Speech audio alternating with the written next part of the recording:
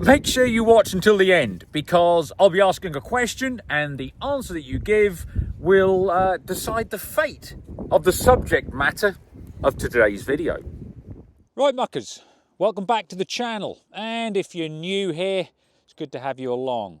Now, whenever I do a video about my VW Amarok pickup truck, which has done over 250,000 miles, or the latest cutting edge pickup technologies from the likes of the Ford Ranger or Toyota Hilux, there'll always be somebody in the comment section that'll put, "Mucker, you need to look at a Great Wall, one of those Chinese pickups."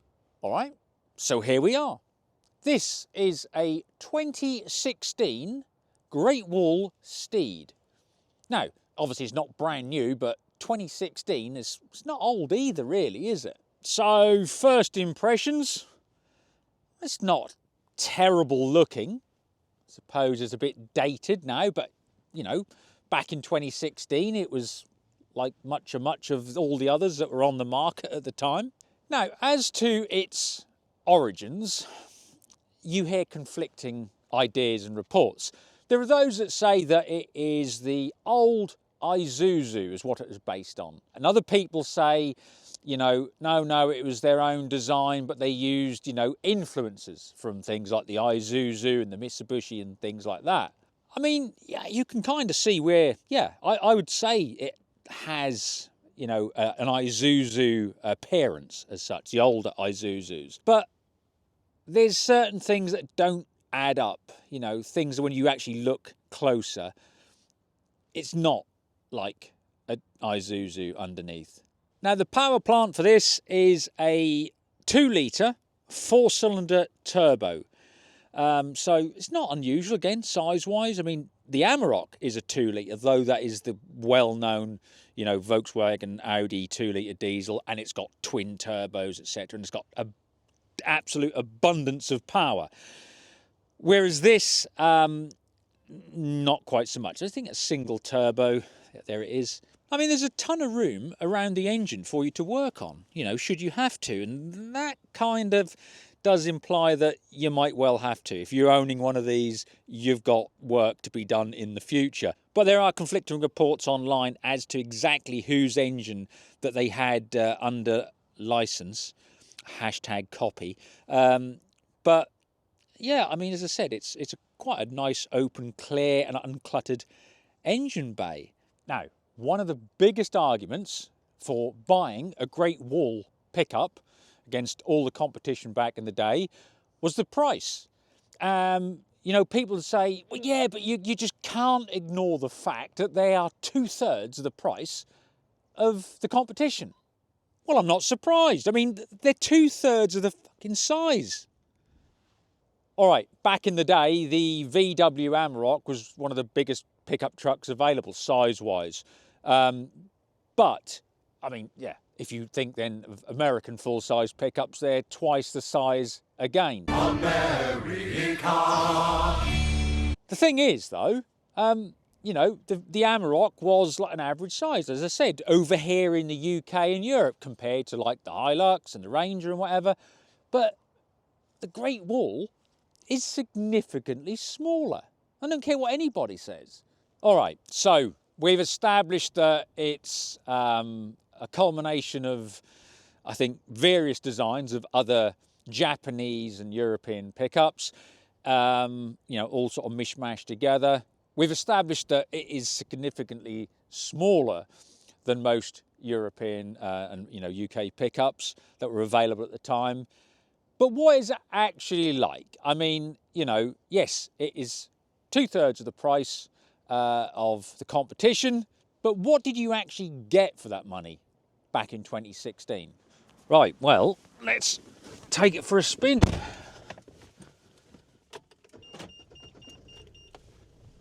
Okay, so starts relatively easy. Let's not forget that this vehicle has done 107,900 on the nose, so just under 108,000 miles. Noise-wise, I'll be honest with you, that's actually very quiet. For a diesel pickup, That is very quiet. That engine runs really nicely. Let's give it a quick send and see what it's like. Just gonna send it! Van, van, van, van.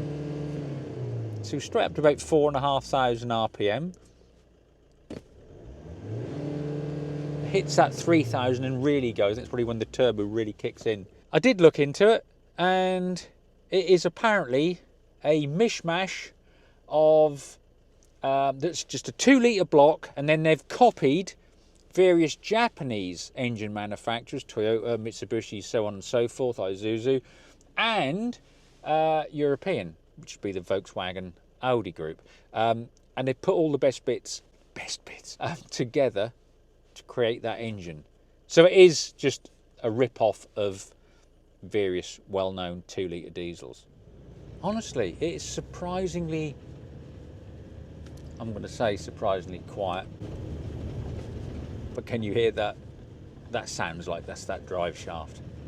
Okay, so again, total honesty and disclosure.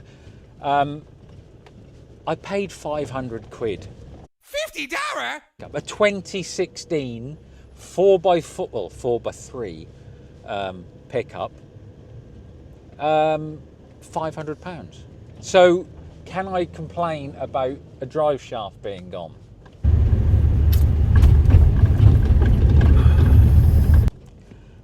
$107,000 miles only, which is nothing. Like when compared to the Amarok with like over 250,000 miles. No, 107,000 is not great for a drive shaft to have gone, and gone badly. Listening to that, but anyway, still going. We're driving off the rear, but I think the CV joint maybe has gone and broke up. But this is the other thing about these Great Wall pickups. I don't know if you can get parts anymore. I think they stopped them in about 2021 or something. I don't know if they've reintroduced them, but whatever. It's not great. It's comfortable. I have to say it's comfortable. And I don't know whether that's because the suspension is fucking sacked out, but it does actually ride quite nicely, quite, comfortably. Ooh, there's some play, or it sounds like joints in the steering are not the best. It sounds like they've gone. I don't know what it's like for pickup and getaway. That's obviously in 2-wheel drive. So, because we don't have 4-wheel drive. Well, we do. I think we've got 3-wheel drive. Let's try that. Have we got 4-wheel drive? Right, we've got 4 high. I honestly think that front end is done. 500 quid vehicle. Could we disconnect? I suppose we could. Could we disconnect the drive shaft and just have a 2-wheel drive pickup? Because 90% of the time 2-wheel drive's all right. You get the right tyres on. Right, 4-wheel drive, it says, is in. So is 4-wheel, let's try it again. No, I think that's 2-wheel drive. I was made aware when I bought this, and I bought this purely for this video, that there was a drive shaft issue. It's now sounding worse than when I first looked at it. I want to be able to just say, It's a piece of junk. and no mistake, it really is. But there's just something about it that I'm not saying it's good. I'm not even saying that people should, you should actually, if you can get hold of one of these. No, don't. Because if everything like drive shafts and the interior and everything else is falling apart at just over 100,000 miles, it ain't good. However, the radio still works. Funny as that may seem, with all this mess, that the radio is the only thing that's really working good, and it's clear as a bell. Don't ask me how. And as some people have said, that's just an Isuzu underneath. It's not. It really isn't an Isuzu. You're talking out your arse. It may have been copied from the design of an Isuzu, but the engineers at Isuzu went that bit further each time. It seems like these guys didn't. They said, well, this is a good design. Yeah. But you'd need to strengthen. We don't need to strengthen that. No, we got the same sort of shape. and we've got the same sort of components, if we put them together, that seems to be the train of thought from the Great Wall Engineering Department. Who made this goddamn shit? But if we make it look similar, it'll behave similar. No, it won't. But anyway, look, I think what we need to do is pull this in, you know, and we can then have a really good look at how it is built, the build quality. Let's look at that engine a bit more. Let's look at that drive shaft, if it's still there. Oh yeah, that's still there. I can hear it. Right, well, let's have a look underneath here and see what we actually have and how it compares to other pickups. Oh, right. Can you see that? That doesn't sound very good. Is it that? Yeah, I think sounds of that. The whole CV joint has just exploded, I'd imagine. That was fucked. That was a bit fucked. Yeah, that's not great. Ah, now that's interesting. If I pull this back, this bit here, pull it away, and you can see there's a gap appearing. Come on then, Plato, enlighten me. That turns. If I push it, and I can feel it actually engage. Yeah, that's the end. I think the problem is. That is where the problem is. It's not actually staying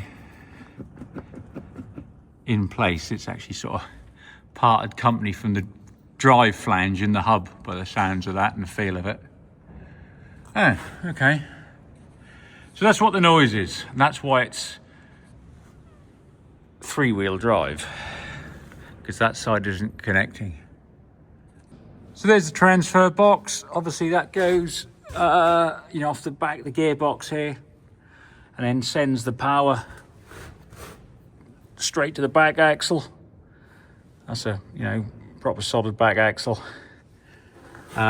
Forward to that diff, then are obviously there, just drive shafts, CV joints. So the independent suspension each side. And the chassis, the condition of the chassis, the actual condition of the chassis, as I say, it's only 8 years old, isn't bad. Given that, we know there's a lot of issues with the earlier Japanese pickups with corrosion and whatever, but, and this is full of shite in here, which is the sort of thing that leads to corrosion. They rot from the inside out. But the chassis is not huge, though. All right, so the depth of the chassis is 110 mil, which is 4 1/4 inches. Okay, the width of it is 60 mil, which is... what's that? About 2 1/4 inches, I suppose. So it's not huge. Don't know how big it is compared to like my bloody 1943 Jeep chassis, but right. So here's the Jeep chassis, and it is 4 inches by what's that sound there? 1 3/4 inches. So that equates to roughly, 100 mil, 4 inches, by 40, I don't know, say 45, 46 mil, 1 3/4 inches. And the Amarok is 6.5 inches by 3 inches, which equates to about 165 mil. By 75 mil. You wouldn't want it a lot smaller. Do you know what I mean? For a pickup truck, you wouldn't want that to be a lot smaller. Leaf springs. This thing does ride well, but that's because, look, it's not exactly a big pack of leaf springs. What have we got? We've got one mainspring on the bottom there, and then 4 smaller ones above it. You know, a lot of things like a Land Rover, we've got like, I think like 11 leaves, haven't it, or something like that. 1, 2, 3, 4, 5, 6, 7, 8, 9, 10, 11. Yeah, obviously you've got to find a happy medium between comfort, ride comfort, and being able to carry a load, haven't you? But what we got, that's obviously fuel tank. Was that plastic? So, well, it shouldn't rot. However, it's susceptible, I suppose, to damage because there's literally the tank. There's no guard under here, which is a little bit surprising. You'd have thought they'd have put a guard from somewhere there off the back and then on, I don't know, but a little bit surprising. Here's all your wiring, your lines and stuff. Well, that's interesting. Now look, so you've got your fuel tank, you've got a filter here, and they've also installed a primer bulb. So if you wanted to change that and then prime it, that's little things like that I like. I'm not saying others don't do it, but just little things like that make the job a bit easier when you've got to prime that. I wonder if it's ever been changed. It's probably an original, never been changed. I'm not horrified. A bit of a sump guard here, look. But I'm disappointed again that a drive shaft would break up like that. But it seemed, well, I think it was broken up, or it's definitely come away from being engaged with the hub, so you don't get any drive to it. And then that rattles, that's what you can hear.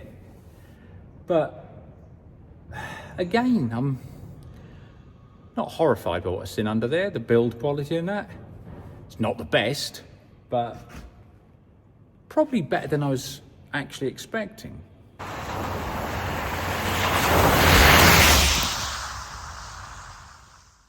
So what do you reckon, dog? What do you think to it? Do you like it? Oh, you do? And you like the room in the back, do you? Okay, we'll go with that. Right, muckers, question time. Where do you go from here?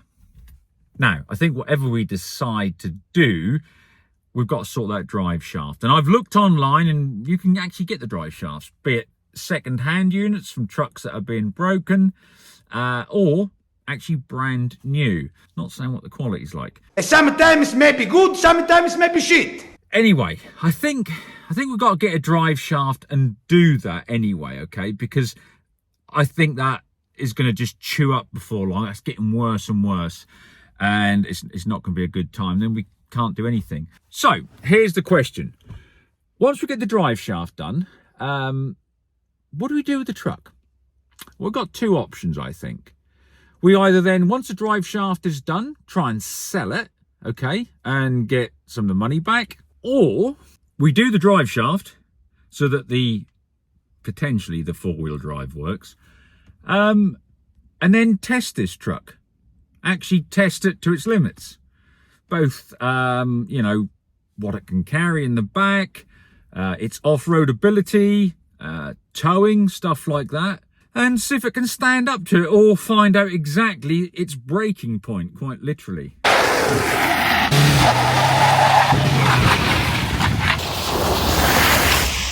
All right, there are your 2 options. Put it up for sale or put it to the test. And we'll see what you lot think, and that's what we'll do. You want to come up to there? Anyway, muckers, until the next one, do well.